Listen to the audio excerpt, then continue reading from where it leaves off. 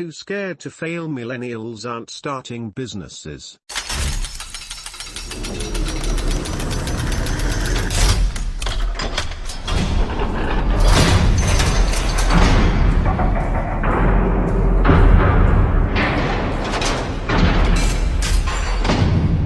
Interesting article on millennials and entrepreneurship. So let's motivate the millennials on here and let them know that you need to fail to learn and you need to fail to succeed.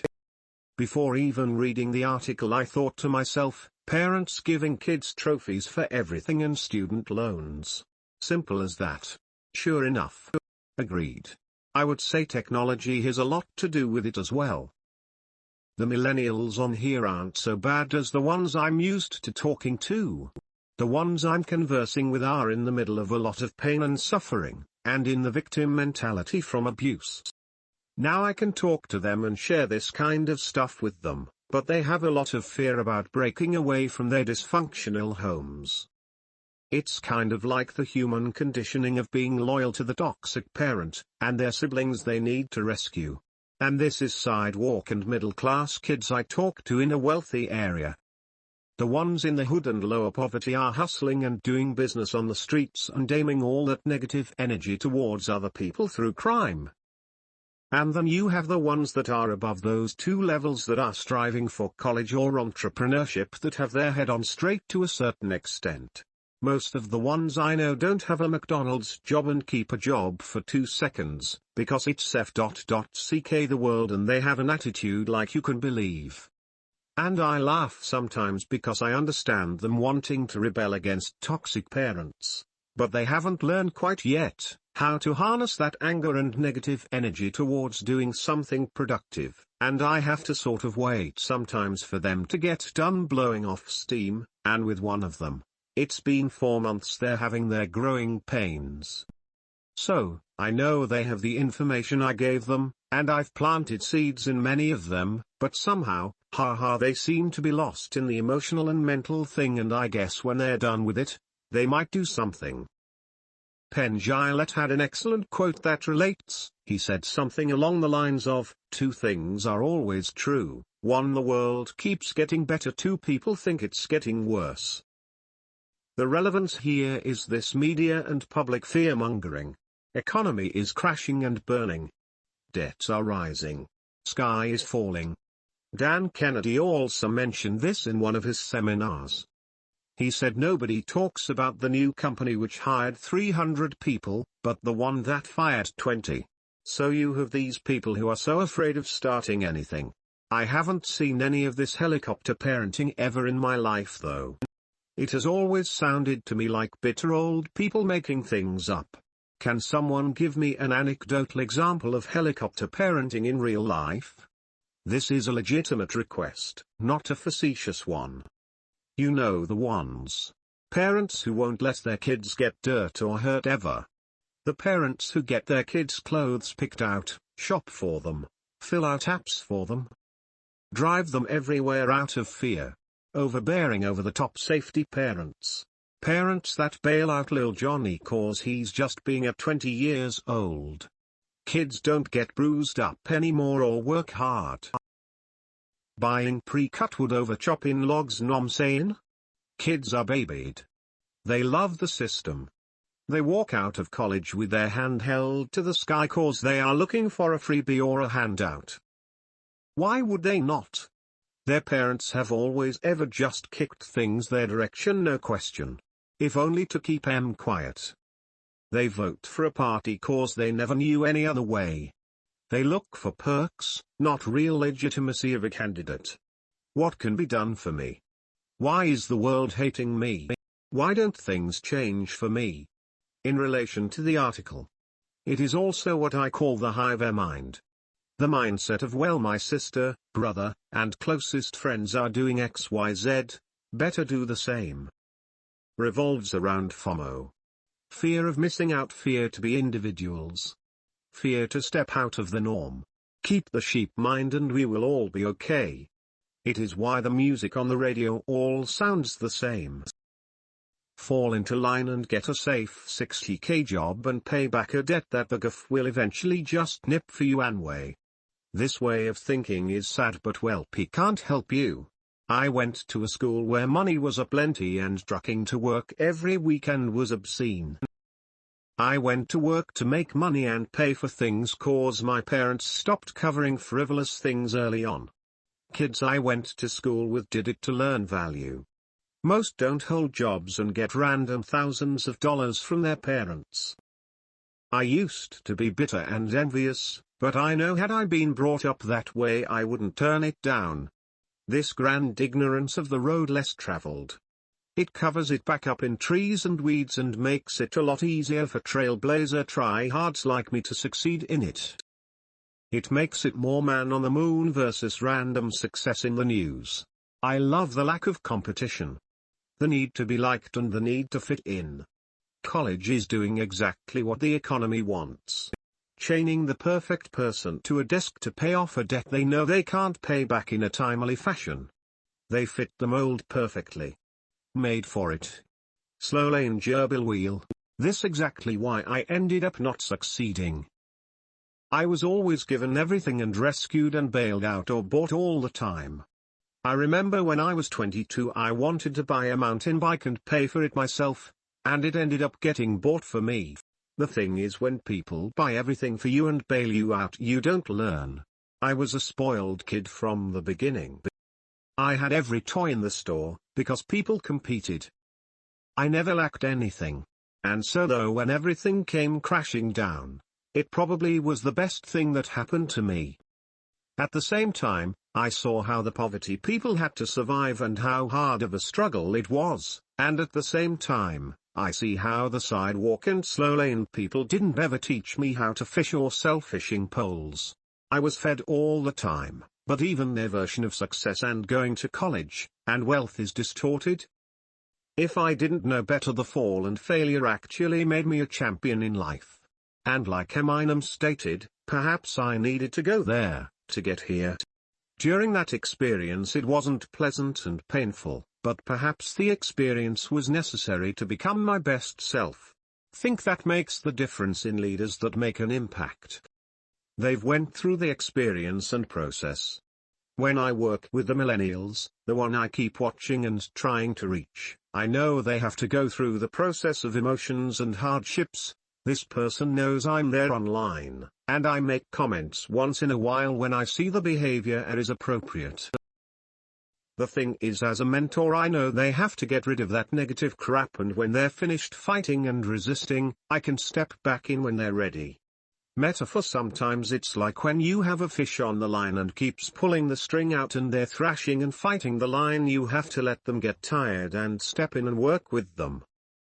There's a group of them I've tried to work with, but it's not an easy ride. They listen to me, but they have a hard time disciplining themselves, and sticking with it. On the flip side of this, I wonder if fewer people willing to take the risk and start a business means more opportunities going forward for those are willing to. Yeah, more money for us in the end. Well, not true, entirely. But it's a nice thought for the competitive-minded. Maybe because we have so much instant gratification? Oftentimes entrepreneurs are driven by excitement, the burning desire to bring their larger-than-life idea to life. But when you can lose yourself in a hyper-reality at the touch of a touch screen, building anything in real life becomes less exciting. So why would you go through the failures and emotional roller coasters of starting a business when you can just lose yourself on your Facebook news feed? I've wondered this when watching my girls. It seems to be a motivation killer. My oldest enjoys creative activities like drawing, sewing, etc., but she'll always choose the iPad over those if it's available. We make her take breaks, and sometimes it's only after 30 minutes or so of bitching about being bored that she will decide it's worth the effort to go find something else to work on. It seems to me that those who have the strength to achieve in spite of that instant gratification will have a huge advantage in the coming decades.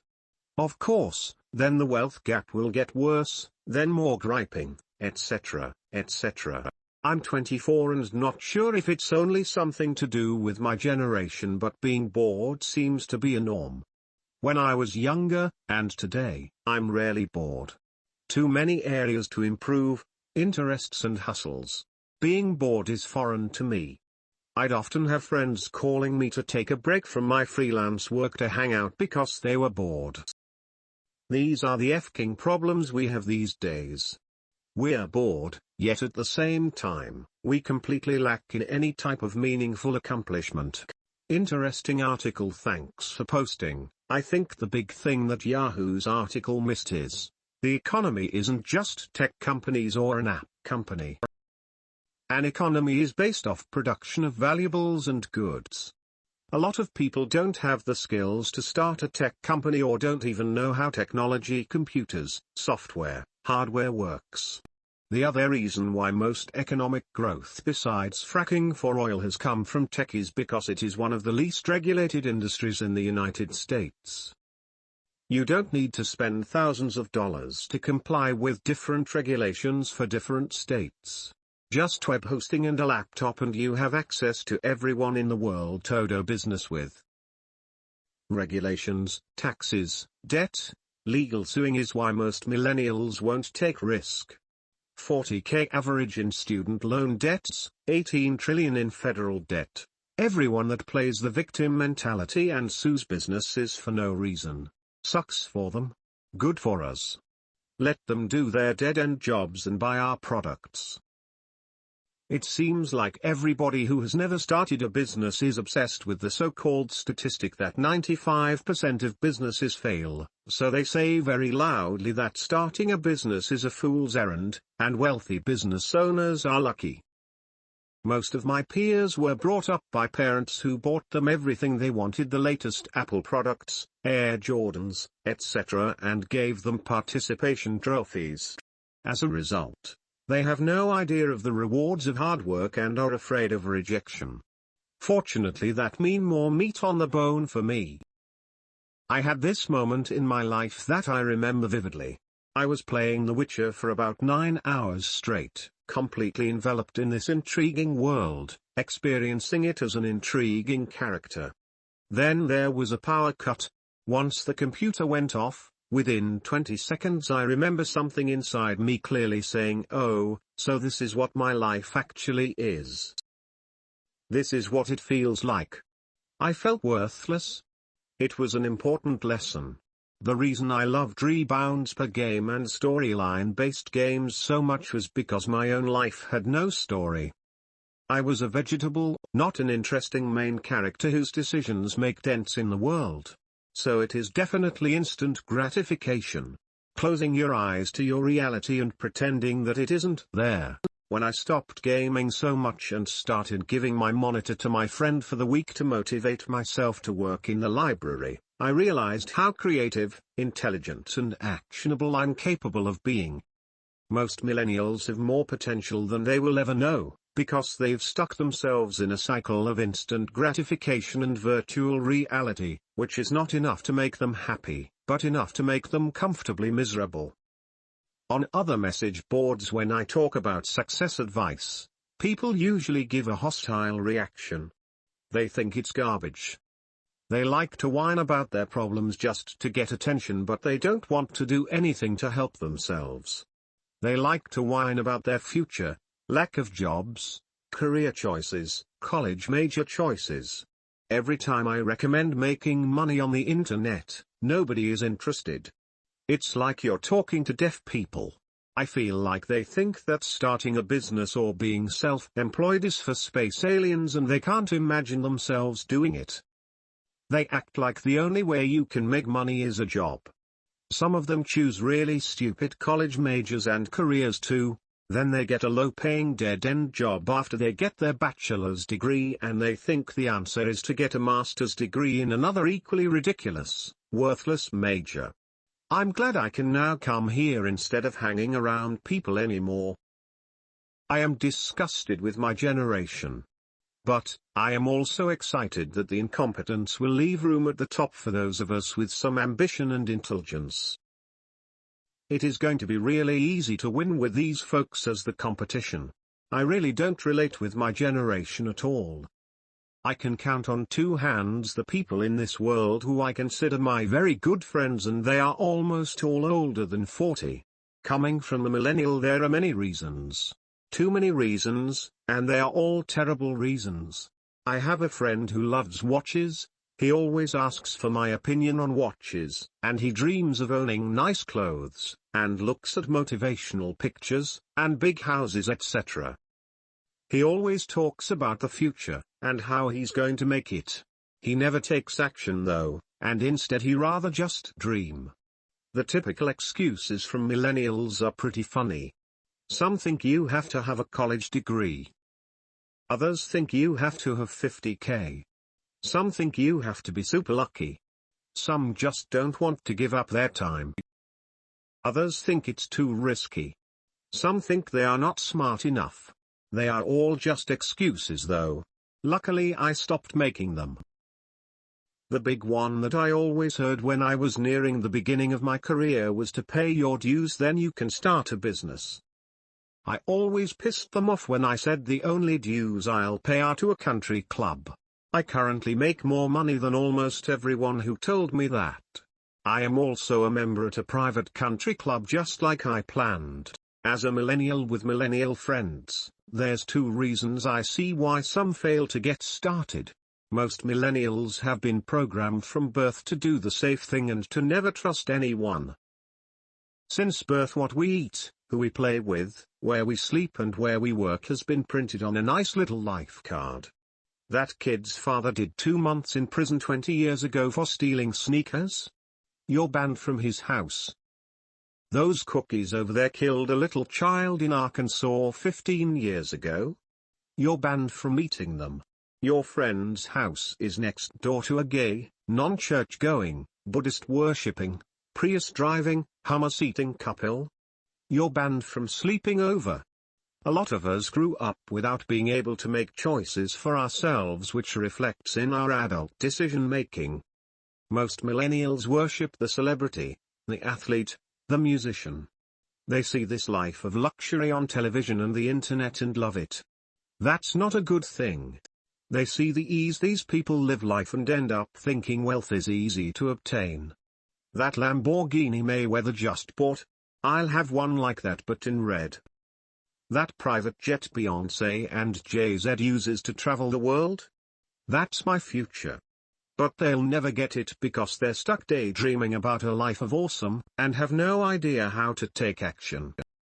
The ones that do take action realize it's hard work to even gain a $1,000, so they give up and go back to daydreaming. This generation is the slow lane generation. I was fortunate enough to have parents that allowed me to discover life on my own and formulate my own direction. Unfortunately or fortunately, however you look at it, business creation in this generation will be very low. It's better to believe that it's easy to make money than to believe it's hard to make money, as long as you don't believe that you can make money without taking action. One big reason is the crowdsourcing of what they should think and do. From what shoes to wear to school to the countless "what business should I start" threads on this site. They are incapable of buying without reading online reviews that all say it is awesome, and are incapable of taking risks because 7 of the 32 people they asked thought it was a bad idea. Herd mentality is strong in this group. I don't know. My daughter is 23, and some of her generation that I have met leave me with limited hope. Then there are the other ones, who are doing incredible things. Look at the baby boomers for a minute. Never has there been a more self-centered generation. Their parents made it through the Depression and World War II and wanted to give their kids everything. The spoiled little brats rebelled against normalcy and did their best to tear down society. Look at STS and the Weatherman, etc. They smoked as much dope as they could. They drank, screwed and snorted everything in their path. The end result being the first generation where single-parent households was the norm and still is. Thanks, boomers. As adults, as they came into their own, they became the yuppies of the 1980s. The fictional Gordon Gekko was a baby boomer archetype, and only he himself was fictional. He was based on real people and typified the mores of many of his peers. Now, they are the old people who run things. They have successfully repainted the 60s as a time of social growth, not their failed attempt to tip over the apple cart. They collectively have more wealth than at any other age bracket, and still collect more benefits. They will bankrupt Social Security. Neither I nor you who are younger than me will get one thin dime of that. I'm 43. Yet still, their generation has its successes. They have built things.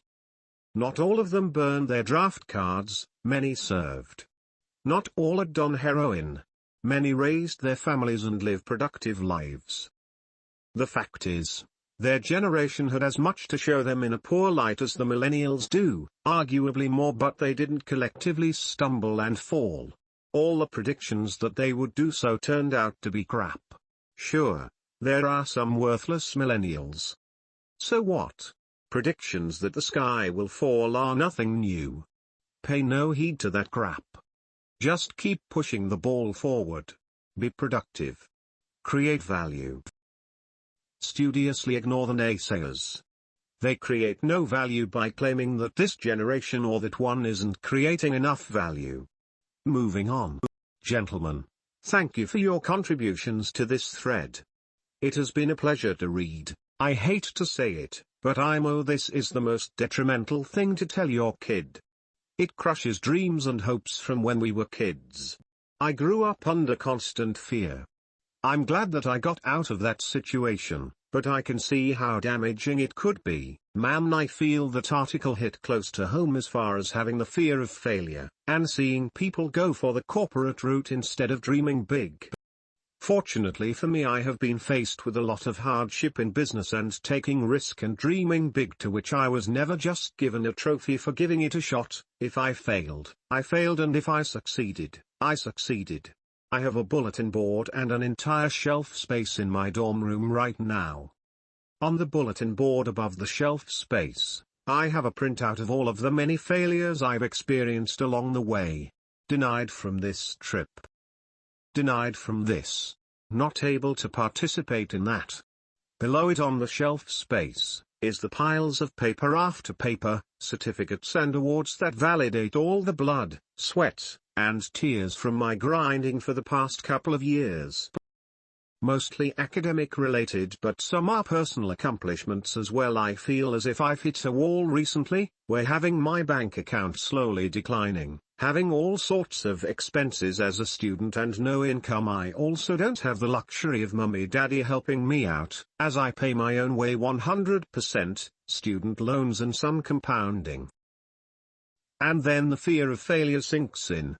If I start a company and go balls out and it fails, I may be left homeless, with an empty bank account, and a college degree to which I don't even want to go work for someone else anyways. I went to college to learn and take the time to develop relationships and business skills to dare and dare greatly, so that I can achieve great things. I feel that fear though, and all I know is, that fear can either cripple you or drive you. There is no absence of fear. With seeing people going corporate, it's really a shame. We have this one f-king shot. Really, these short-lived moments where we can take chances and really go after it and dream big, and yet 99% of people in college want to drink, smoke, party and let mummy daddy pay for their dime, and they're okay with it because I'll have a nice, safe, secure job when I graduate. The 99% don't want to dream big. They don't even get it. It's a real shame. Before you have a mortgage and credit card bills and a car payment and a wife and kids and the whole shebag, do humanity a favor and just go for it, myself included in that statement. I have no problem seeing people my age having jobs and daydreaming or being timid, less competition and easier to crush. I'm a bit unfamiliar with these generational terms, but I believe I fall into the millennial gap, 24 years old. The biggest I see as a problem is a lack of grit. No one wants to do anything for themselves, get a bit dirty, learn a thing or two. My best friend and his little brother were both excellent football players when we used to play in HS. Tough, smash-mouth kids. My best friend went on to college and play ball. I joined the Marines. 6 years later they're both still at home living with their parents at 21 and 23 years old. That's not so much a problem, I don't care, but their mum does everything for them. We drove across the state for a wedding and their mum packed their bags for them. Then we get there and the younger one calls her up complaining that she packed cargo pants instead of slacks. I was so bewildered. Means I've been away from home since 18. That people could rely so heavily on their parents after 18. Moral of the story is we need to bring back bullying. Get a little toughness in us. A little grit. Those comments, I actually do feel for them. Government regulation is a huge pain in the ass when dealing with employees. So much red tape it's insane. On a positive note, here's some teen millionaires. A lot of generalizations in this thread. I don't agree with. The internet has made more millionaires in the history of the planet. However, there's definitely a lot of valid points I agree with. I'm a millennial. My brain has been wired from birth though parents and school to adopt the slow lane mentality. It's not an excuse. Now I know. And have had to teach myself everything about this mentality. That's why I'm here, to take advantage of this amazing opportunity to learn. I think you touched on an important point here. The educational system is designed to put you in the slow lane, or keep you on the sidewalk. When I was in elementary, middle, and high school, my friends were the sidewalkers. They had the mentality of just having fun and never really getting serious about anything. No real passion. No real drive or ambition. Just exist. When we were old enough to get jobs, the majority of us did, and we began the route to slavery. Throughout my upbringing, I clearly remember my dad dropping me off to my job before I had my license. He told me you'll never be rich, but you'll do okay.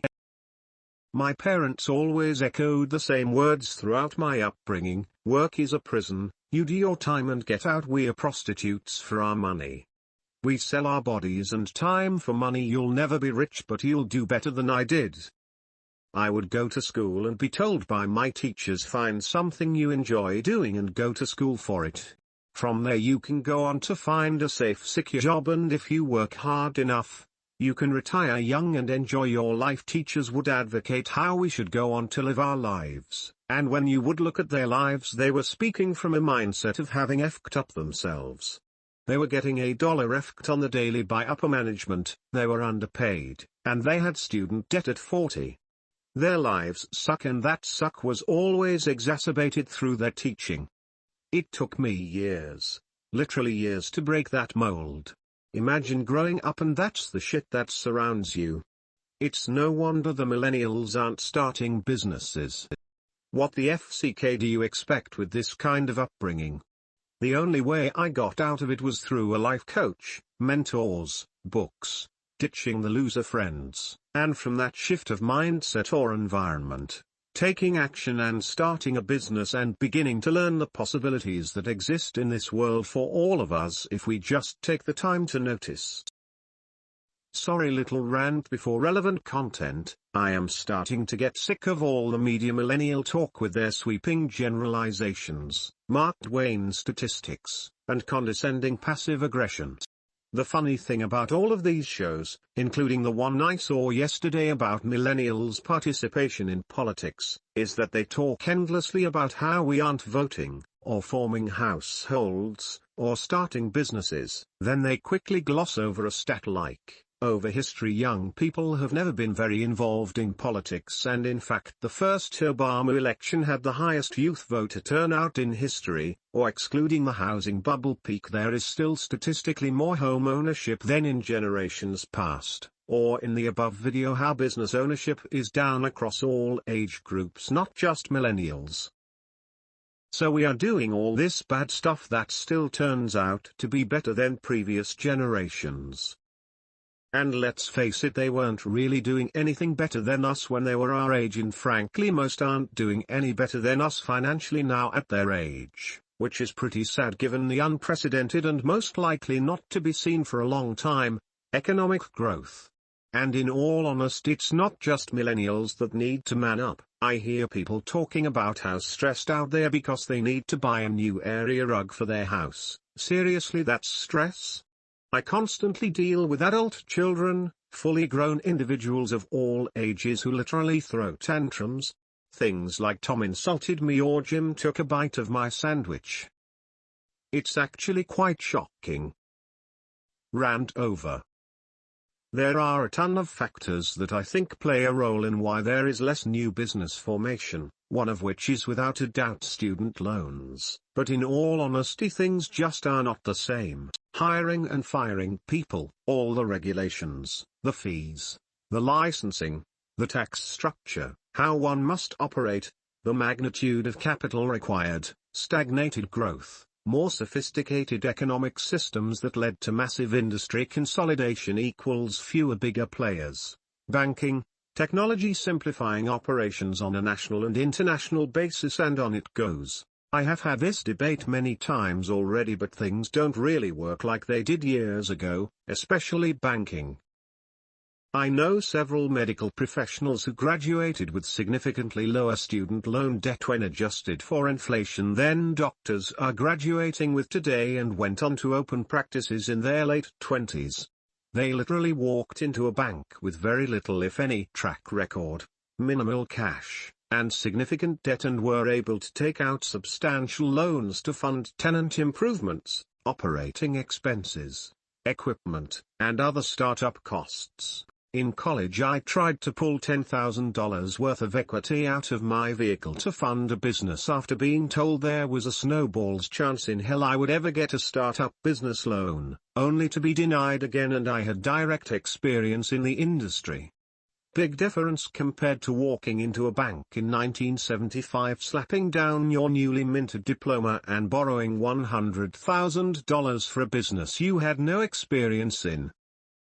I have a friend in dental school right now, and when I asked if he would open his own practice, he laughed and said his debt payments will be about $5,000 per month. That's a pretty big nut to cover from day one before accounting for equipment, rent, payroll, insurance, etc. Some interesting opinions and insights here, especially from people in this generation. Mark Gold is dead on about business funding.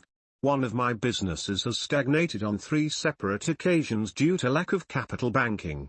Hurdles my father was able to get over because it was a different time. Banks may be shooting themselves in the foot as crowdfunding begins to take hold. Don't think they are going to be able to get a lid back on that box. You're dead on. I'm 23, was raised in very much the same way. My parents are super supportive, kind parents. I love them to bits, but there is definitely a slow lane mentality there.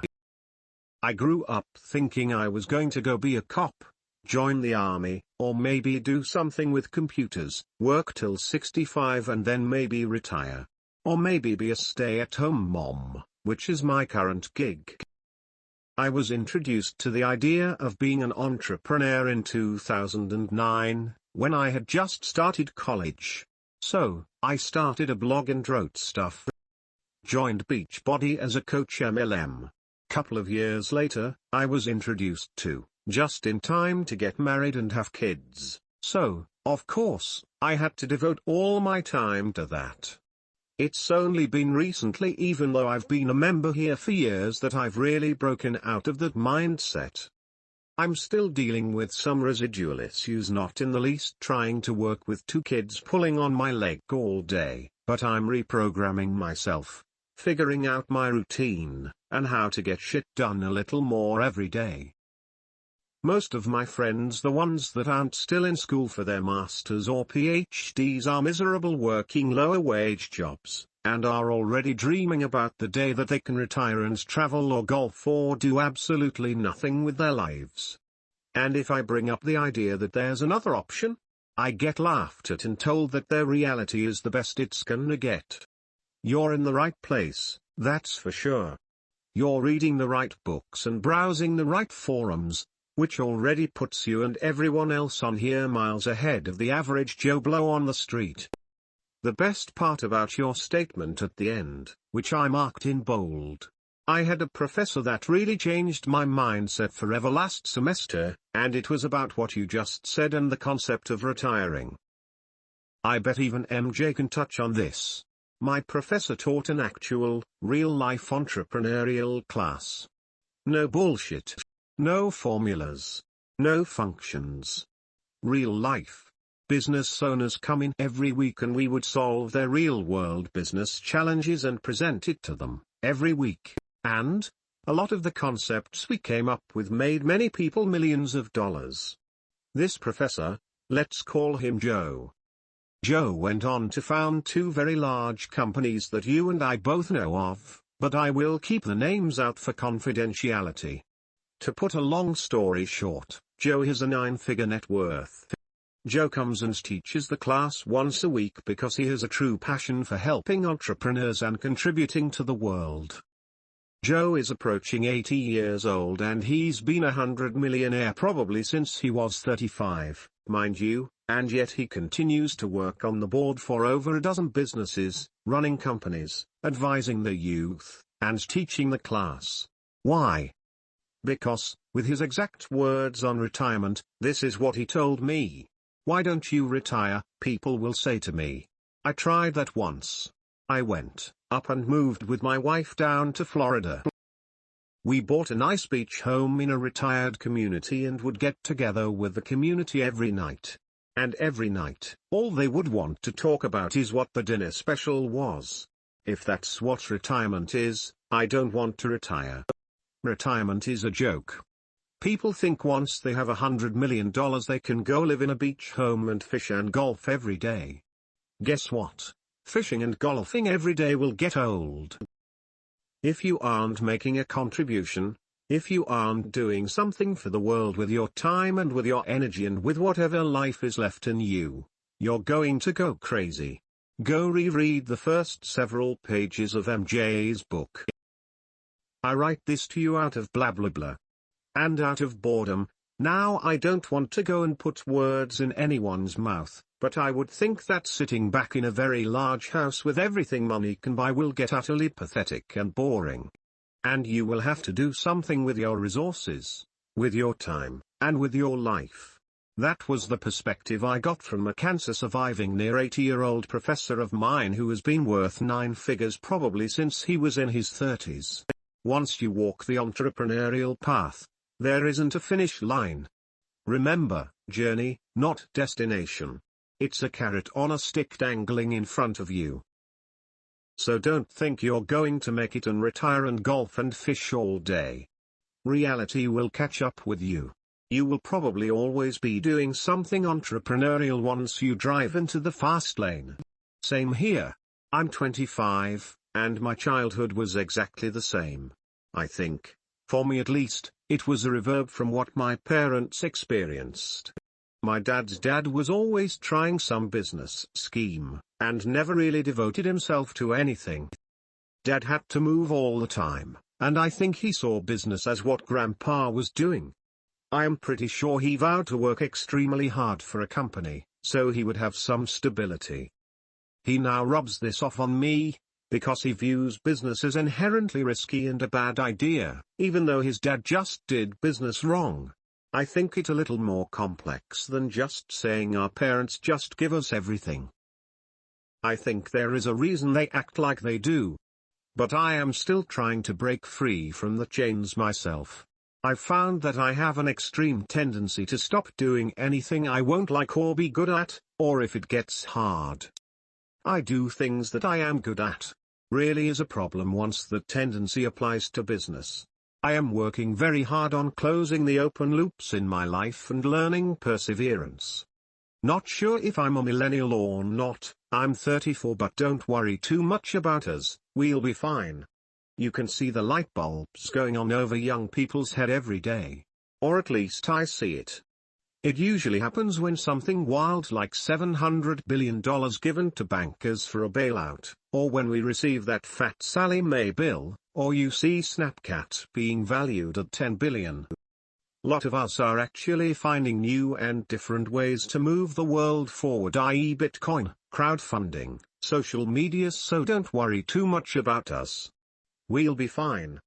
On another note, who are these whiny ass victim millennials you guys know?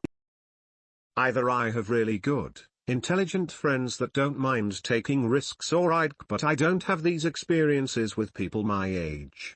Shit, most of the people I've partnered with have been my age or even younger. I'm 18 from EU and I founded a company and made a few $100 so far. If you ask me, it's really simple. Parents are stupid greater than their kids are stupid. Everything comes from parents and most parents are just plain stupid, period. Unless kids change their mindset along the way. This can happen, I think, only to the kids that have enough. Enough humiliation. Enough of that feeling that they average. Enough of taking crap from others, etc. These are the only two ways I see how kids 18 to 24 start a business. Enough of something or smart parents. 24 plus obviously start thinking about money more, and it's another story, but I can only talk about my age and college. But anyways, I like the situation. More money for those who are trying. So I went to actually go find what a millennial actually is and their characteristics. I have realized just myself and the few don't exactly fit the mold. Some positive qualities for sure, and these are all I feel sweeping generalizations. But I digress. This has been an eye-opener for me. I might have jumped into some great books and chuckle at the idea of having benefits and a 401k right now, but I still have herd mentality when it comes to products. I won't say it's a safe mentality. To me it's safe. If hundreds of people gives this an above average review, I'll not waste my time further. It's the product for the job right in front of me. Not to say I haven't looked into things for too long either, but these are things I'd consider more future-proof, or things that will affect my body or health. I know a lot of people in my city under the age of 25 are very lost in their below-average lifestyle and distract themselves with social media and entertainment. I do it in my own ways too, no doubt, but I'm still working it. I believe some people find I might be too serious to have fun. What in the world do you do? Everyone you know seems to be either an addict or a degenerate, lol. Funny, I was reading an article today about exactly this topic. The crux of it was that life is good, and only getting better, regardless of what the media would have you believe. Some facts included: the world has never been more peaceful. Civil wars are down 40% since 1990. They are also becoming less lethal. In the 1950s 86,000 people would die on average, now it's 3,000. In the Middle Ages you had a 1 in 8 chance of dying violently in some kind of war. Now that number is minuscule even when accounting for disease and famine-related causes. Threat of nuclear war? Warheads are down and declining from a peak of 70k to 24k today. There has never been less poverty. The number of people living on less than $1.25 a day dropped 52% to 21% in the past 30 years. Most people in the US say that today would consider themselves poor, in fact live better than the kings and queens of a few centuries ago. Hunger is down 40%. There are 78 million fewer child laborers than there were just 14 years ago. Still over 150 million to go. The number of democracies have increased exponentially from a low of 11 in 1900, to over 80 today. Crime is down in the USA and Canada. Significantly. Lifespans are always increasing. Malaria rates? Down. Teen pregnancy? Down. Smoking? Down. Regarding teen pregnancy, with the proliferation of shows like Teen Mom, people are under the impression that more kids are getting knocked up now than ever before. Simply untrue. Quote, "This is the golden age. For you, your family, everyone you know, and everyone else around the planet, there has never been a better time to be alive. Does it?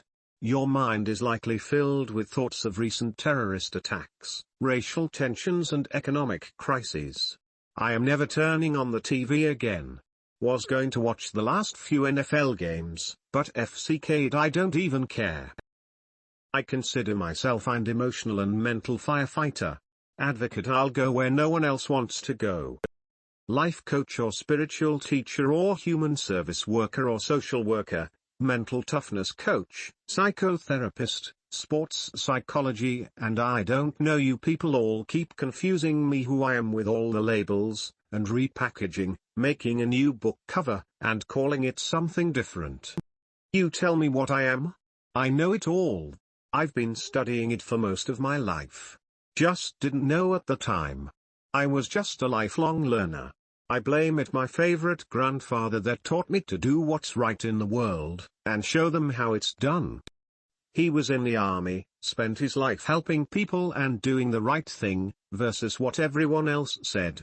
Walked in unconditional love, and I know if he was here, he would be very proud of me to be in the fast lane and trying to make it.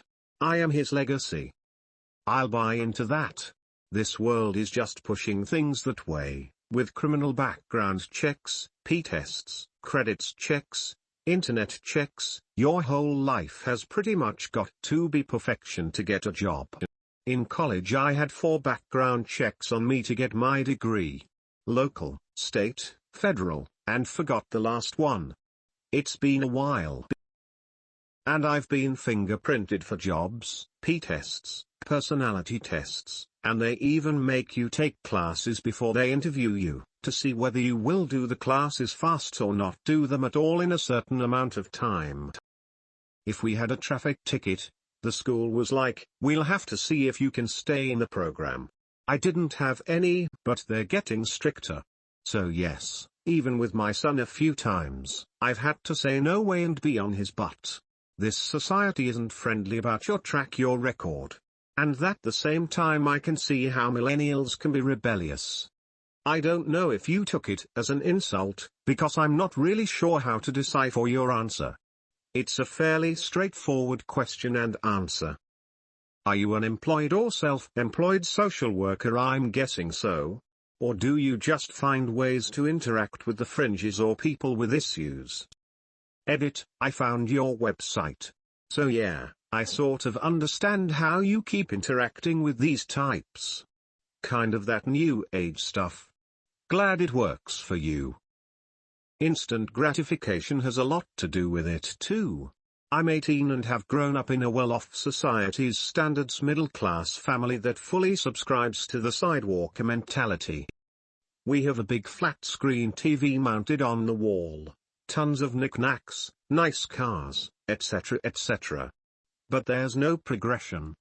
We live in an apartment and I don't see my parents moving out anytime soon. They're just comfortable, settled. They're happy with the jobs they have and live paycheck to paycheck. If I didn't know any better, I'd be going off to college in pursuit of the same.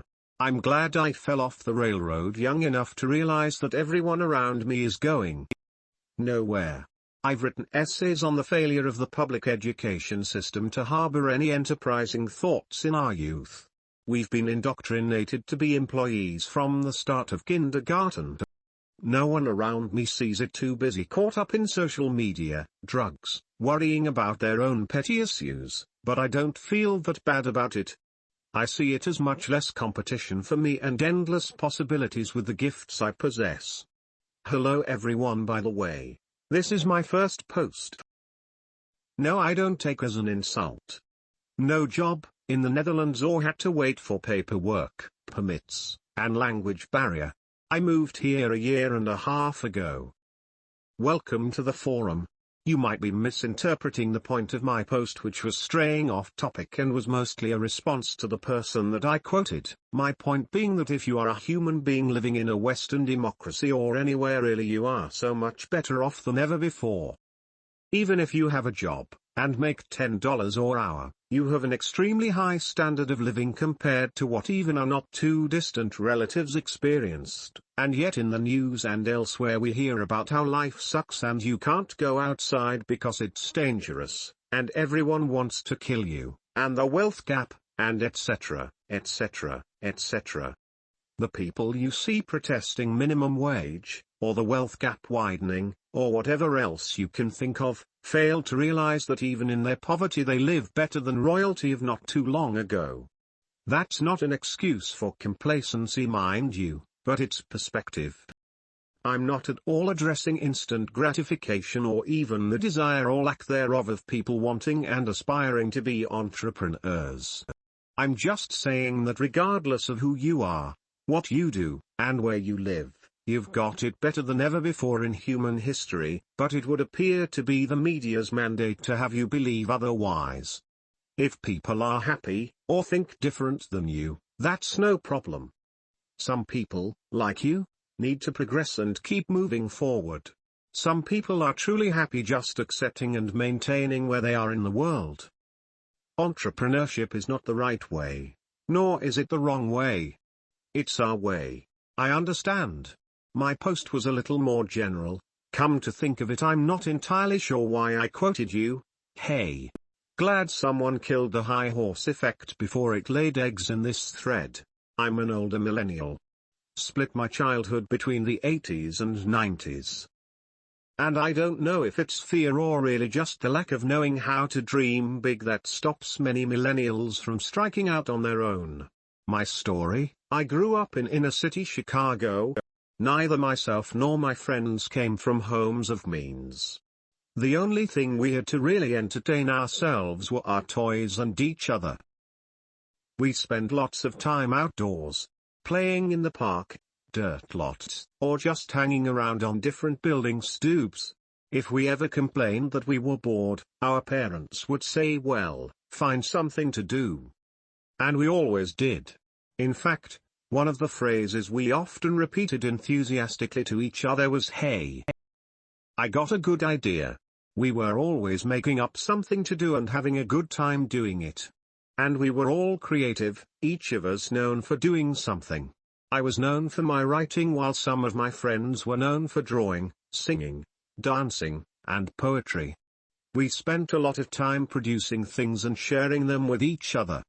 Contrast that with my cousins who are 5 to 10 plus years younger than me. They grew up with TVs in their bedrooms, complete with cable packages, and spent a lot of time in front of the TV, on the computer, and on video game systems. My cousin's 12-year-old son has been thrust in front of something electronic from the moment he was born. He had his own phone since he was 10, and whenever he goes over to his grandmother's house, he occupies the TV in the living room, complete with his phone, Kindle tablet, and a few action figures. But you know the one thing I've never seen any of my younger cousins do? Create something. I've never seen them write stories, or draw, or build anything that wasn't required from a school project. When they're bored, they throw themselves in front of a TV or computer screen.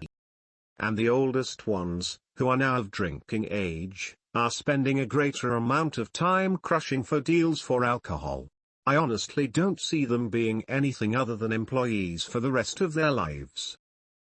From my observations with my own family, I can't say they are fearful of starting businesses because it just never crossed their minds.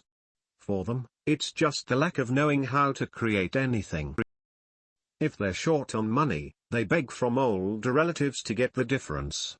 When me and my friends were short of money, we just found a way to earn it on our own, because we knew we couldn't expect it from our parents. Just my two on my experience as a millennial observing other millennials. Great post. I'd also like to add, they don't like to figure things out on their own. Need to fill out a form? Call mom and dad. Need to set up your internet or computer or printer or cell phone? Call the Geek Squad. Need to change a flat tire or jumper car battery? Call AAA. Nobody wants to just do things for themselves anymore, despite the fact that pretty much anything can be learned from Google. Nobody wants to accept responsibility, they'd rather just make it someone else's problem.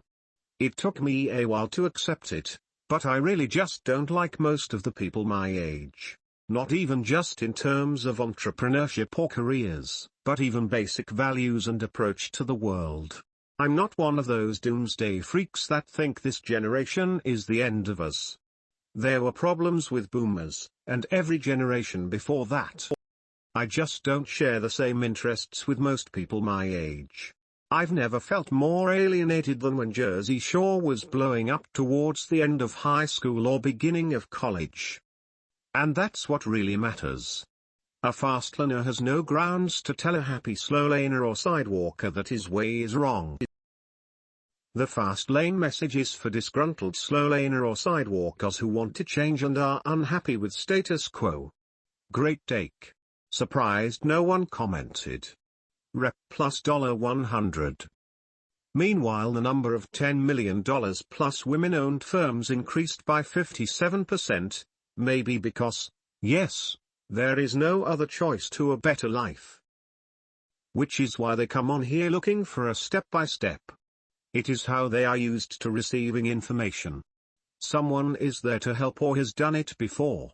They take why reinvent the wheel to a whole new level. Means we need to challenge them on a whole new level. You see them wanting to do something that matters. That is why. All the hard stuff seems to have already been handled. Most generations had a war or an opponent to strive to beat. Life is too good. Not challenging. As a bunch of fastlaners, the key will be figuring out a way to challenge them. Two avenues right now. Providing care for the older generation, providing instant gratification and challenges for the younger generation. Thank you for posting this. It's just people finding something to bitch about. The share of young business owners is lower than the overall whole of all business owners. But I bet you that the total number of young business owners has gone up. Tech entrepreneurs like Mark Zuckerberg are or were under 30 when starting their billion-dollar enterprises. There are more enterprising youths now than any time in history. Because young people are on top of the technology their mass-market consumer peers are using and can take full advantage of it. Also, the number of young people making money by being creators and selling on PayPal is much higher than the number of registered businesses. I often feel this same way about the generation. Like an outsider. No depth. No couth. No character. I'm 29 and I find it difficult to relate to most people of my generation on much more than a surface level. You hardly ever see anyone under 35 on a motorbike, because you'll kill yourself on one of those. Most do nothing but watch the clock until 5 p.m. every day, then go out and get drunk or sit on the couch and watch TV all night. Hedonism at every turn, but no purpose in sight. We are the lost generation, materially abundant but spiritually empty. Narcissism is our central value. Beneath it, an empty shell. Our society makes mediocrity far too comfortable, and punishes success. Instant gratification is without a doubt a huge part of this. I love computer games. I grew up playing them. I have just learned to recognize it for the indulgence that it is and not something to treat as a matter-of-course activity. The loss of the masculine virtues in our society surely plays a large part, as does the near destruction of the family unit which used to bond people together and create purpose and future. I can't picture me staying in the West long term, to be frank. I think the dominant culture of the day is sick, corrupted and remnant of the dying days of the Roman Empire. Kindred spirits here are to be found only in small groups, and with the wonders of the internet. What I really find the most perplexing of all is this obsession with equality and fairness amongst some of the most self-obsessed yet self-loathing people in the world. Apparently sharing posts on Facebook and patting yourself on the back is the new making a difference in the world. Back when I was in school they had classes on business and ownership way back in middle school and high school, but nowadays they don't. I think a high percent of kids don't even think about owning a business. We are teaching them go to school, get job, earn paycheck, that's it. Good that you said this, because since I read books about entrepreneurship I was starting to look down on sidewalkers or slow laners. But some people are just happy that way. Not everybody is the same. If we learned Fastline in our school system our economy would be so much stronger.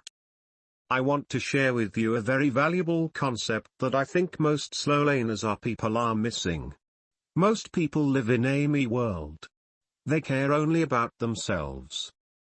Not only is this a shitty way to live, but most people go on their whole lives wondering why life happened to them. Why don't they have more opportunities? Why do other people make more money than them? Why does everyone treat them unfairly? Why do some people have perfect relationships with their spouse while they're in a crappy one? It all comes down to how they view the world and other people. I've always been a firm believer that the money is in the relationship.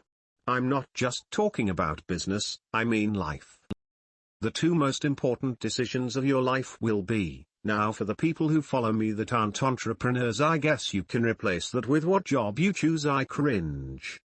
Those two choices will be about 80% of your time on this earth. You spend most of your time working and the other half around your family person you end up with. So they're huge decisions, am I right? From day one I've always entered every relationship and business relationship with I need to do more than the other person. My first big break in this industry came down to me being a hustler. I didn't have money to bring to the table, I didn't have marketing knowledge to bring to the table, and I wasn't established. Instead of whining and complaining and thinking life isn't fair, I replaced my lack of with elbow grease and persistence. I reached out to someone who I purchased their product and said, look, I want to do business with you. Here's what I can do for you. I will do 90% of the work, but I just want to learn from you. Now imagine that approach from all the BS messages I get of people just messaging me trying to get me to pitch their crappy product to my following who trust me. I approached this person saying, how can I help you, and I'm willing to do whatever it takes to make you money. People are not used to hearing things like this because most people just care about themselves. I wasn't worried about my time or making the money, I wanted the relationship. That relationship and advice I got from this person led me to where I'm at today. Starting adding more value to everyone's life you come across, and it will improve every aspect of your own life. More money, more quality relationships, more energy to get out of bed and make shit happen daily, and you just naturally feel good. A much better alternative to pretending you're happy around other people when you know truly you're not. Do something nice for someone else and you will feel a hell of a lot better yourself. It seems like the millennials today only care about getting large fans to create the next Facebook or Instagram or Twitter or Snapchat. Their focus is to create $1 billion business, instead just simple helping people. If helping was the force of drive, no one would fear failure because you can't fail. As a late millennial, this problem originates from the fact that we are always on some form of device, always speculating on others, and it has all culminated into one terrible habit of life. I'm constantly battling this problem, and throughout the day I have to constantly remind myself that today is going to be the best day of my life in order to get the engine cranking for more output. Why start a business when you can watch Shark Tank? Why skydive when you can watch a GoPro off on YouTube? Why find a girl when there's Pornhub? Why explore life when there's Witcher 3 and Skyrim and all these great RPGs on Steam? Instant gratification and mental masturbation can easily be recognized as the problem, but all we want is to consume, and consume. We grew up with these things in our lives for most part of our lives. It's just not easy to break these habits even if we recognize that this is a big problem. Much akin to smokers trying to quit smoking. We are addicted to the dopamine-induced virtual lives, but unlike smokers, we don't recognize the damage until it's been done. Drop the phone and computer for a week. Easier said than done. The post above me nailed it. It's too many distractions for the youngsters. From what celebs are up to, social media, sex, television, sex, and did I mention sex? I'm not sure if the elite men who run most of the country designed it like this, but it is indeed working. People truly believe that one day money will fall out the sky or their goals will fall out the sky. No one wants to work for it. I blame this on things such as government assistance, food stamps, college financial aid, etc. It's to the point with what I just listed. People believe those things don't destroy them in the long run. People actually see debt as a normal thing these days. Hey, I'm a millennial. I am working a typical 40 hours work week, and on the side I am working to see if starting a niche restaurant in a college town is feasible. I'm just really hesitant on starting something now because I am in my 20s, which are young years you never get back. If the business fails, then I just wasted years of my 20s when I could have been hanging out with friends. Also, working at my first real slow lane job is brainwashing me. I am starting to forget a lot of MJ's concepts. As a millennial, I think the problem with my group, or maybe it's just me, is that we were raised to be delusional. We were led to believe that the world owes us something by our parents. In their eagerness to give my kids the life I never had, they told us all to go to college so we could get a good job, and then we would live the good life, with an emphasis being on getting the piece of paper instead on becoming valuable or on learning valuable skills. Just get a degree, not to get a degree in something useful, but to get a degree. We were told to feel bad about winning because of how the losers must feel, and we all got trophies, even the losers. To be humble and compassionate instead of proud. And when we lost, they always said you'll get them next time, but forgot to say you didn't train hard enough, and we weren't told to walk it off, or to quit being a pussy, etc. As if they believed that it's possible to live life without ever experiencing pain and suffering or experiencing negative emotions. Like they didn't know that growth usually comes from pain and suffering and negative emotions. Or that wealth comes from trade. Which of course can't be done without having something to trade. Cause and effect has been replaced with positive thinking and the law of attraction. The winners from my group are the ones who have learned that nothing is for free, nobody owes us anything that they haven't agreed to trade for, and that all good things come from becoming more valuable or from finding arbitrage. Anyways. Just my two. If you miss out on your 20s in exchange for getting rich in your 30s or 40s, just move to Scottsdale, where there is no shortage of pretty young girls to get drunk with. They're the same age every year in Old Town Scottsdale. The hottest 20-year-old girls are banging older guys anyways. They know what they're worth, lol. This is one of the dumbest posts I ever read. Your 20s is when you have the energy to burn shit to the ground. You will never have this energy again. If you don't it now, you'll never will. If you do it, the upside is limitless. You're right. You are not getting your 20s back. You're not getting any time back at any age, actually. So why follow the path that requires you to trade your time for money? Especially if you feel doing so is brainwashing you. What a time to be an entrepreneur. I'm not sure whether this thread is good or getting weird. It started out good, but took a detour with all the complaining. Recently there was a thread, here on TFF, from a young guy whose parents want him to be a doctor. Badly. He would probably be the first okay, the second, as I would be the first to attest that in a society, and especially with parents of which the highest law is dare not fail, it is more sensible to suffer the 9 to 5 in mediocrity for your entire life, than suffer failure, any failure. Why? Because failure is stigmatized to the point at which our crock brain treat it as a mortal threat. Check why people are so afraid of public speaking. Thus we avoid it at any cost. For all those who rant over millennials and point fingers at others, read this, and before you start flaming me, think of the following phrase: truth is a three-edged sword. I used to rant over my peers a lot, but eventually realized that it's a senseless and vain activity. So if I may, I'd propose that we stop pointing fingers at others and take care of our own decisions. We can help others, but blaming them helps no one. Ultimately, I think this entire thread doesn't really revolve around discrepancies between generations. It's more of a camouflage for the mutual longing for the long-lost culture of character and the despise for the current culture of personality. The fact that relying too much on someone else, in this case, the parents, is never a good ideal for anyone at any time and any place. It destroys our natural ability to stand up for ourselves and moving on with our own life. I remember the day my parent cut me off from financial supports. It was painful, but I'm thankful that they did. As a millennial, this article offends me. Excuse me while I retreat to my safe place and continue working on my business that I wasn't scared to start. They think they are victims. They think their lives are any harder than someone who grew up in the Dark Ages or during World War II. I don't feel sorry for them. You can't help people who want to be victims and whose very solution to their problem is an e-book or Google search away. Some things I have learned as a millennial. I must be odd.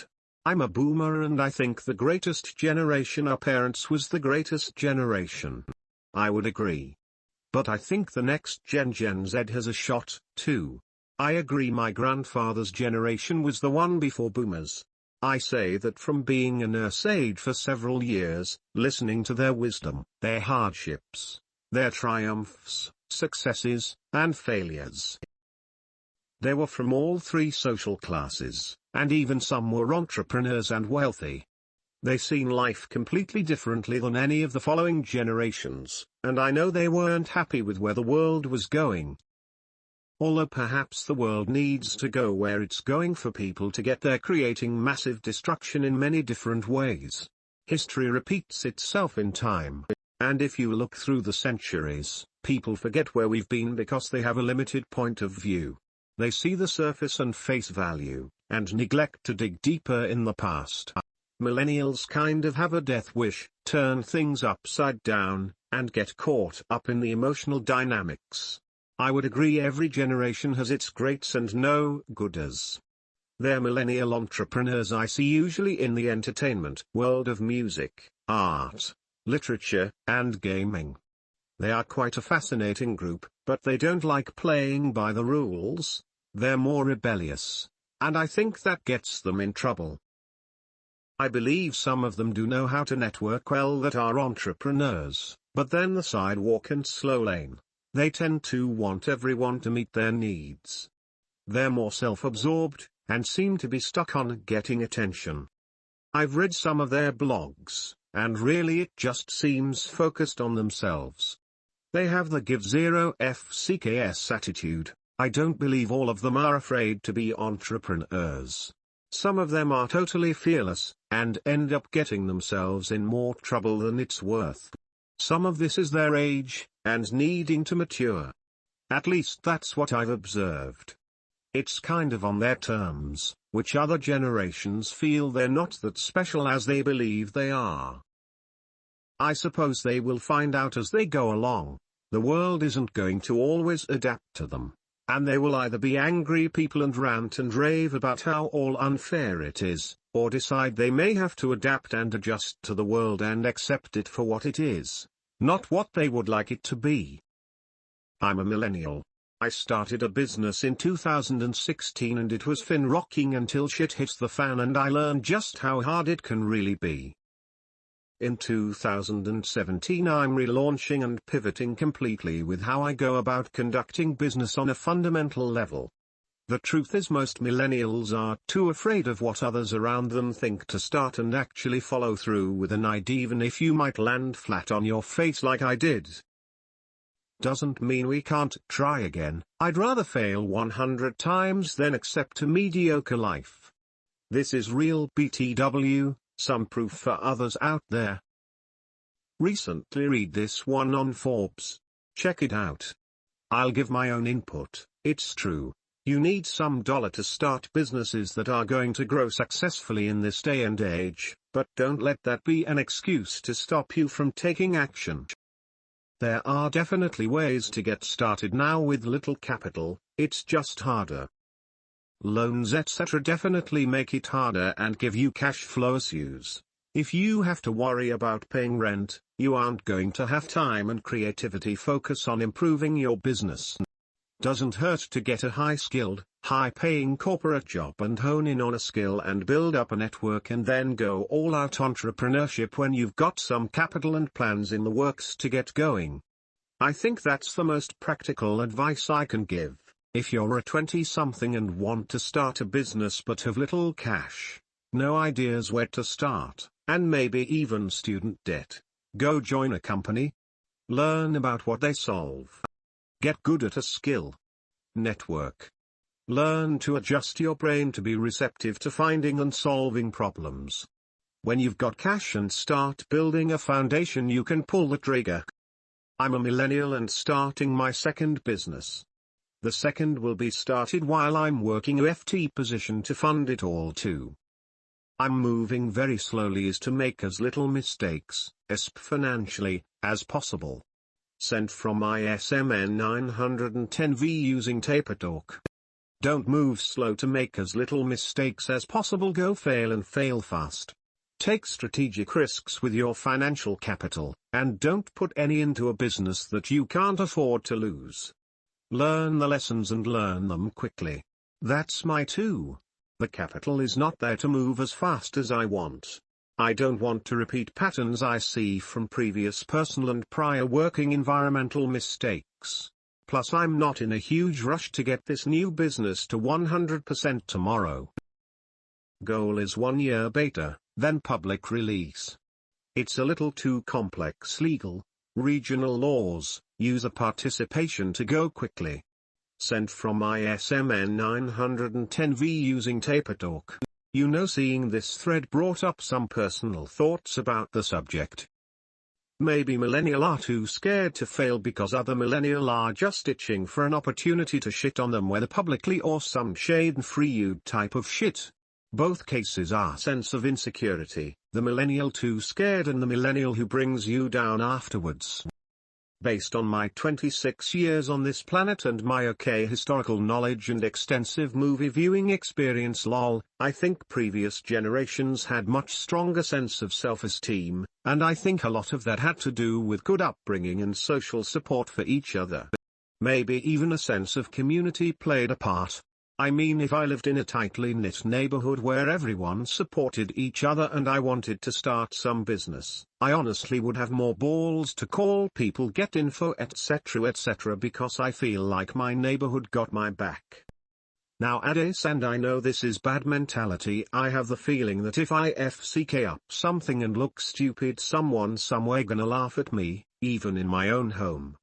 I feel like part of the reason I do apps is because since I make them myself, at least it limits how much shit someone can talk, since it's still impressive that I personally created and released an app.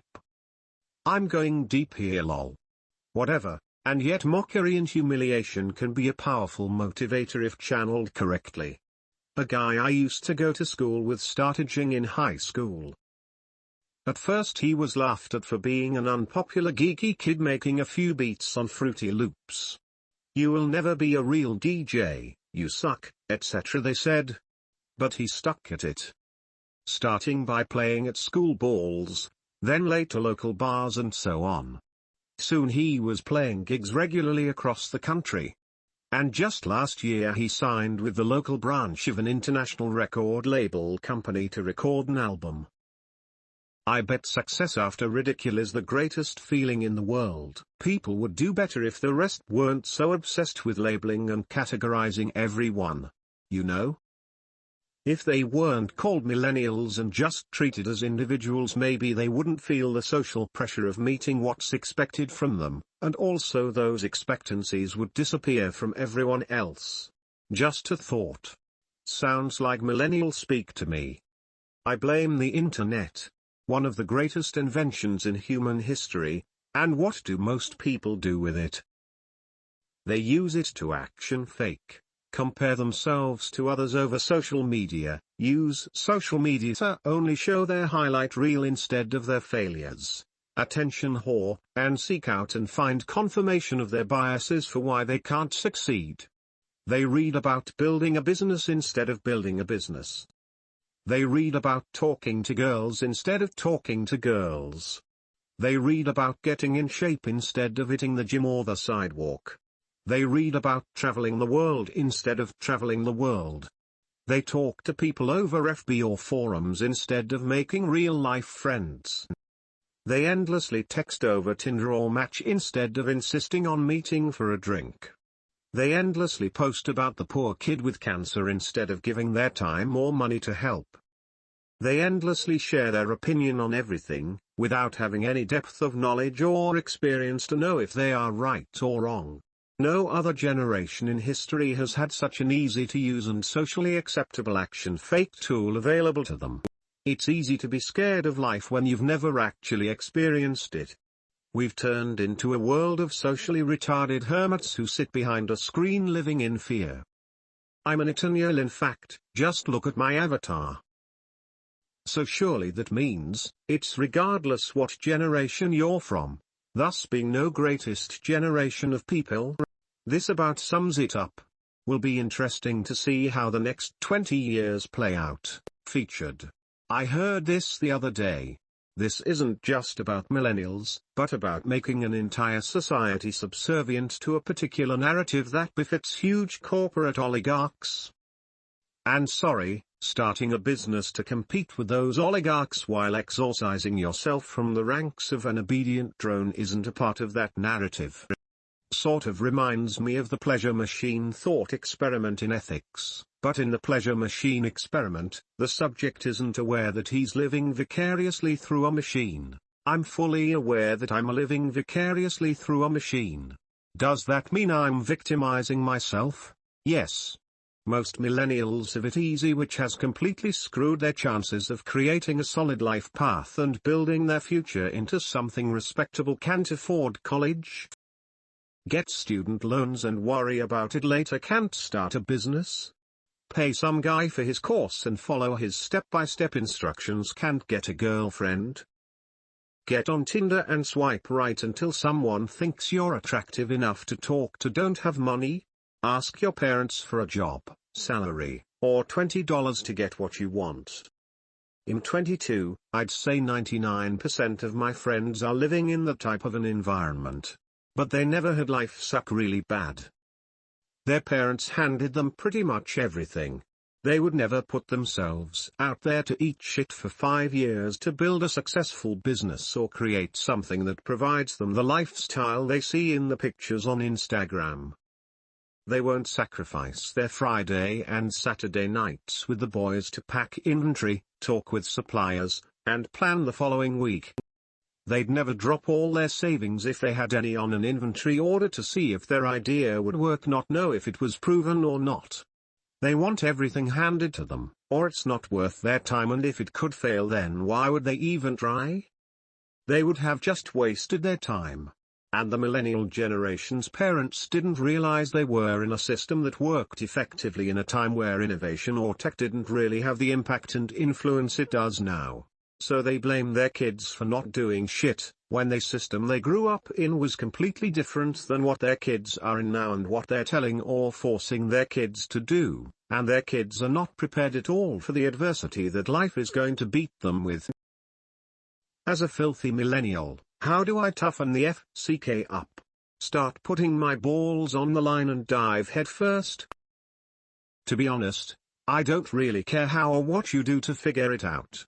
Your parents may lose their jobs, eventually causing them to lose their house and get a divorce, and you may find out your siblings are addicted to drugs, suicidal, or cutting themselves. You may be in such a shitty spot that all you do is exist in a shithole mobile home park trying to figure out how to make more than minimum wage while everyone around you hates their lives and is literally existing to die while you close in on borderline homelessness. Somewhere along the line you'll snap and decide to do whatever the FCK need to do to make it. Or not. And if not, you'll just continue to blend into the rest of them and you'll die eventually, probably not soon enough, but it'll come.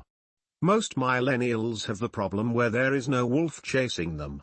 They live in comfort and limbo. They don't have to try because it will be done for them.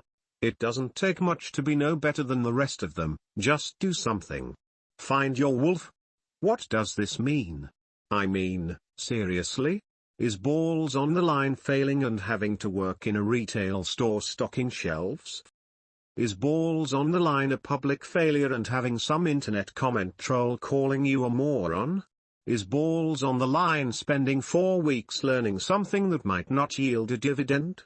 Is balls on the line having to live in a tiny studio apartment while your friends seemingly live large? I'm curious. What is balls on the line? To you, social media has our egos inflated to such a state that we don't want to be seen to suck at something. That was very interesting, making me think more about how I feel about hedonism. This is very true indeed.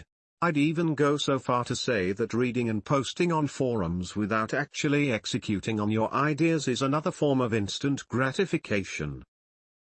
Yes and no. Perhaps it is because 99% of your peers are in that environment that you think this is how it is for all millennials. A lot of those I know are struggling hard, but don't know how to go in the right direction.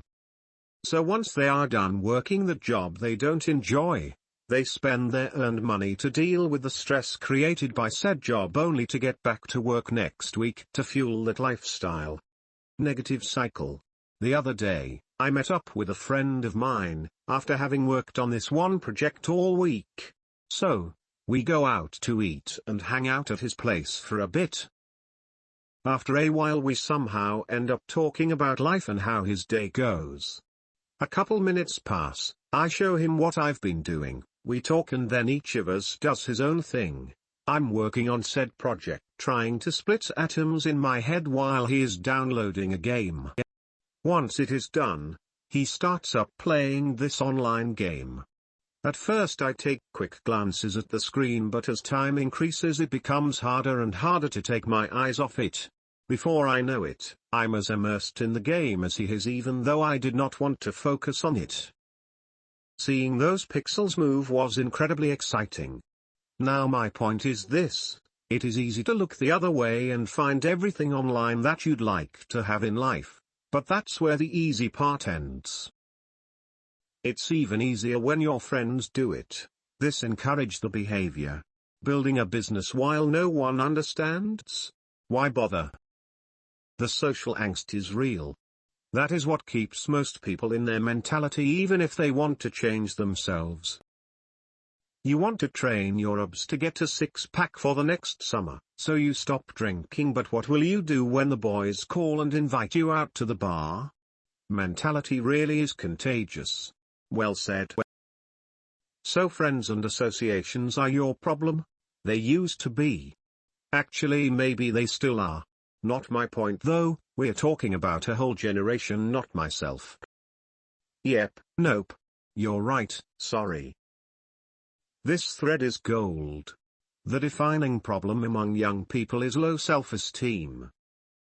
And as aforementioned, low self-esteem usually manifests itself in two camps. They see someone who is trying and so they fling their judgments. There's more to life than success and money.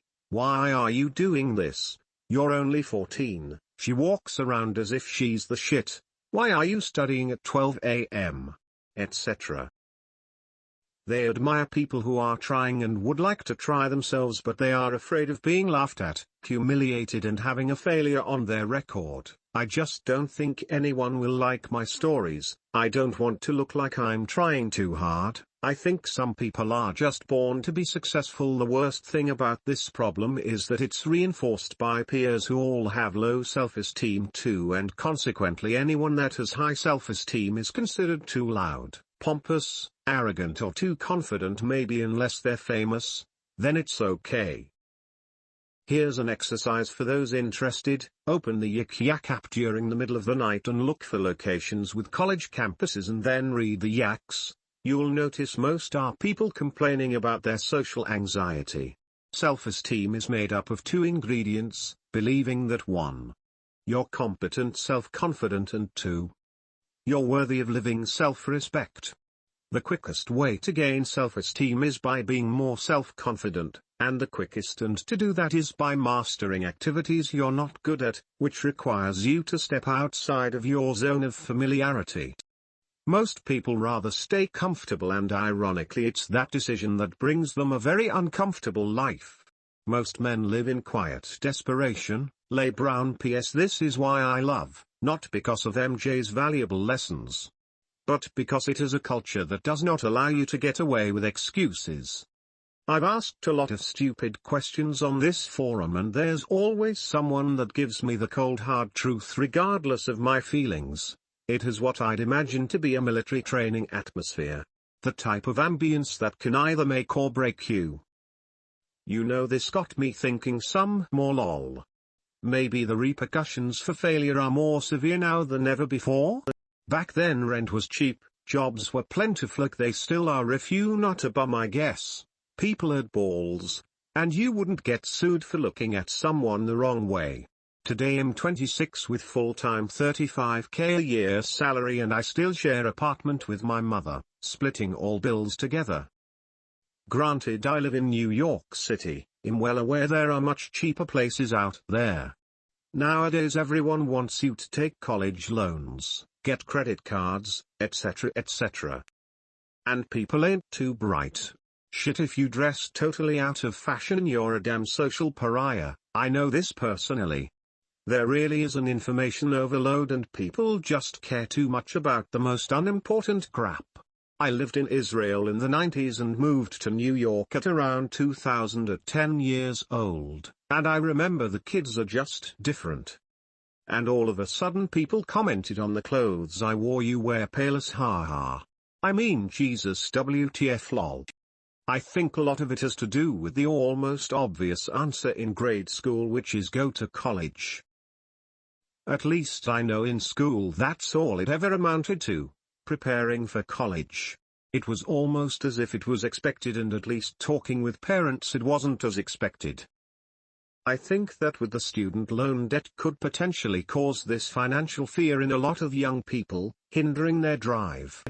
Personally, I know a lot of peers around my age, 25, who talk about business ideas all the time, but most of them rarely go for it. I think with social media it has given millennials an advantage, as most grew up with computers in a classroom. Why in the world are you complaining? If most people are really that weak-willed and gullible, then we might assume that their buying habits would share the same excessive bilge. These are the same kind of people who will get knocked down by even the lamest reviews. Even real reviews can be rather weak, not detailed, sufficient sales copy letter with action words and a funny sales promotion video, and when they get knocked down, they will buy anything. These are the same kind of people who will buy anything their friends gush about. Books, clothes, music, food, get-rich talks, investment packages. All of their movements and talk weaponizing some fast learners strategy. Isn't that good for fast learners? I can think of no advantageous battlefield such as this. Speaking of battlefields, I was reading The Art of War by Sun Tzu, not The War of Art. It mentioned types of spies to use for battle, and among these classification of spies were, A. Spies from the enemy. Historically, they could be enemy officers who did not receive their deserved promotions, punished soldiers, or officials who lust for bribes. Now, it can be workers and veterans who got laid off from their corporate jobs or failed business people. These rejected workers are actually very useful in the sense that they have knowledge on the terrain and field, and will provide insights and help to conquer it. They will have understanding of competitors and challenges. Sure beats entry-level employees, huh? Some of the best startups like Slack and AppSumo have succeeded well because they roped in people from giants like Facebook or Google. B. Spies who are of the local populace. In the past, it used to be countrymen who were sick of their rulers and wanted a change. Their king might be an indulgent rich ass, feasting in bad times while his people starved. Their king might be sending troops to plunder his own people instead of protecting them. Sounds familiar? How many businesses today plunder from their very own customers instead of helping them?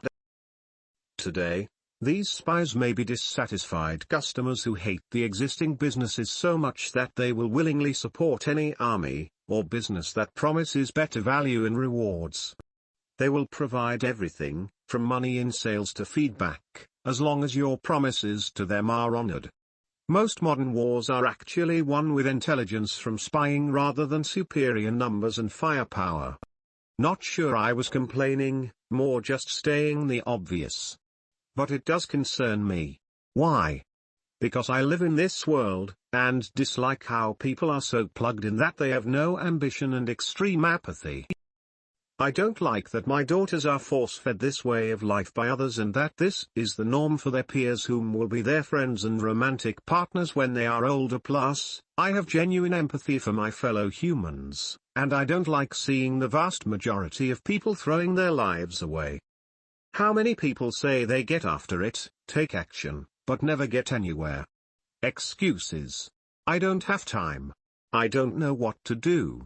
I don't know how. That's apathy. That's not being committed to the process.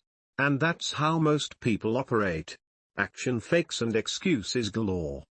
Here's how it's done. Write a to-do list. You're not allowed to go to bed until it's done. That's exactly what I do. If I still have work to do, I don't sleep until it's done. Period.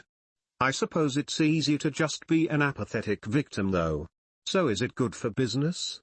Maybe I would argue it's not, but it's sad to watch. Hey, let me tell you something. I know how you feel. I worked for years as a hypnotist. I learned that being too empathic can screw you over because you see people all the time that could improve their lives easily but they don't, because they don't do what you know for sure it will help them. And that sucks. People in general don't do what they need to get a better life, but you know what? That's fine. It's not your fault, it's not your responsibility, it's theirs. You need to learn how to detach yourself from people or you'll lose your focus. We're in a time in which careless human beings can have a great life, and it's thanks to people like you who observe the world, see what's the problem and fix it. See. When you improve the environment, people adapt to that.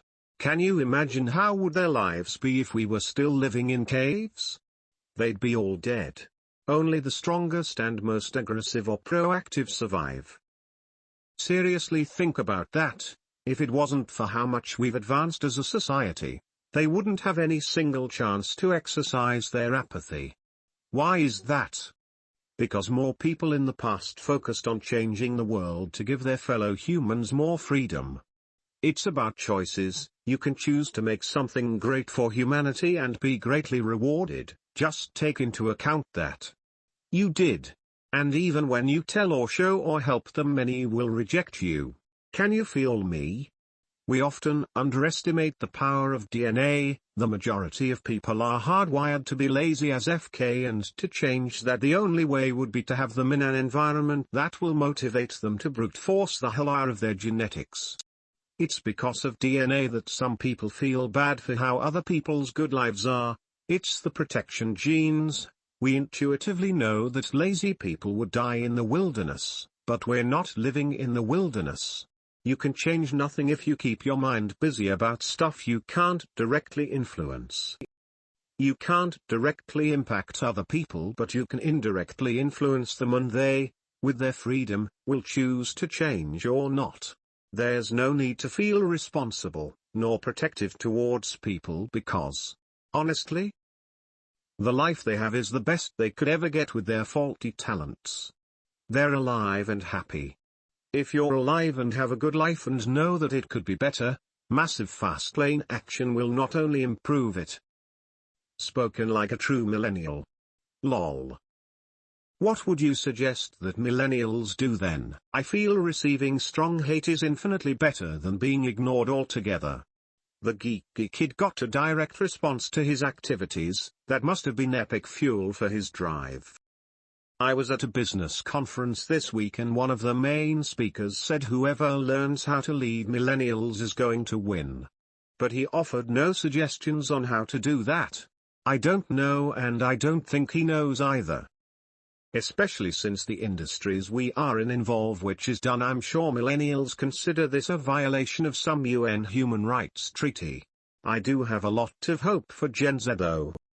Judging by what appears online, their activist cadre has a remarkably sophisticated understanding of what was done to the generation before them by the oligarchs, media, tech, finance, and they are. Because most millennials were raised the same way their parents were raised, by their grandparents. To think, In this information age, that taking the same actions as our grandparents is a good idea is insanity. Parents have passed down bad data and outdated thinking. X, save your money at 0.05% or get that degree. 100k in debt later. College has brought up groups of people afraid to fail and take risks, because they're taught that teamwork is cheating. The A students are the ones who made the fewest mistakes. That's why I created content to teach millennials how to change their life, change their income and succeed in this new age. I'm embarrassed for my generation. Many have turned into a bunch of safe space, lazy, gender-fluid puss cakes. I think about how good we have it and how life has never been easier, yet there they are bitching about the Kardashians or some other nonsense. In my neck of the woods, I hear about the tough, wiry bastards that did what they had to in order to feed their families when farming wasn't as easy or profitable as it is today.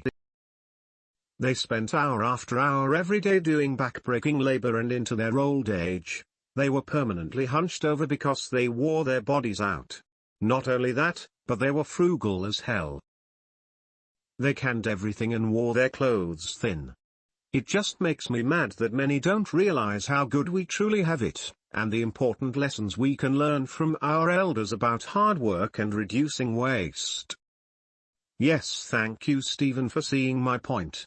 The times have changed drastically. The government has gotten way too big. They are running up the national debt, and running the country off a financial cliff. This is the direct result of the actions of previous generations and has been going on for years. Yet every generation blames the next generation for problems that they created. Exactly. And it's because generations have to take personal responsibility and stop blaming. We can only blame three things: other people, other circumstances, the government, Wall Street, etc. or ourselves. That's the easy way. Real solutions will come from people asking better questions and placing their ego aside. It would require different generations to admit that our present condition is a result of their decisions. They created the condition, with their actions. Life doesn't just happen to us. We create it. It would then involve asking questions such as, how can we correct our mistakes, and educate future generations on our lessons learned, so they can steer this big ship called the economy. We're consumers, who have come to have expectations that we didn't have in the past. Reducing our consumption as a nation, or increasing taxes to reduce national debt aren't savory ideas. People want what they want, right now. That's why I believe we're in a time when we have to take personal responsibility for our success in life. Blaming won't progress us. The days are gone when we can rely on things like pensions, tenure, and social security. It's no longer up to the government or an employer to take care of a person. They put that back on the person, with programs like the 401k. There is no point in identifying yourself as Millennial, Generation X or any of the other overly deterministic cohort names. Become the person you want to be. Make plans. Achieve goals. Evolve. Create your own path. All else is noise. Jiddu Krishnamurti, Indian philosopher and teacher. You know, John, as I sit here reflectively on Memorial Day and read over my original post, I still think it is mostly true. The one thing I want to change is which generation I think is best. Over the last 3 years I have faced more adversity, worked harder, contributed more than the first 21 years of my life combined. During those same 3 years I read hundreds of books, became a true student of history, talked with my elders who have had a lot longer to gain wisdom than me, and shut my mouth long enough to listen.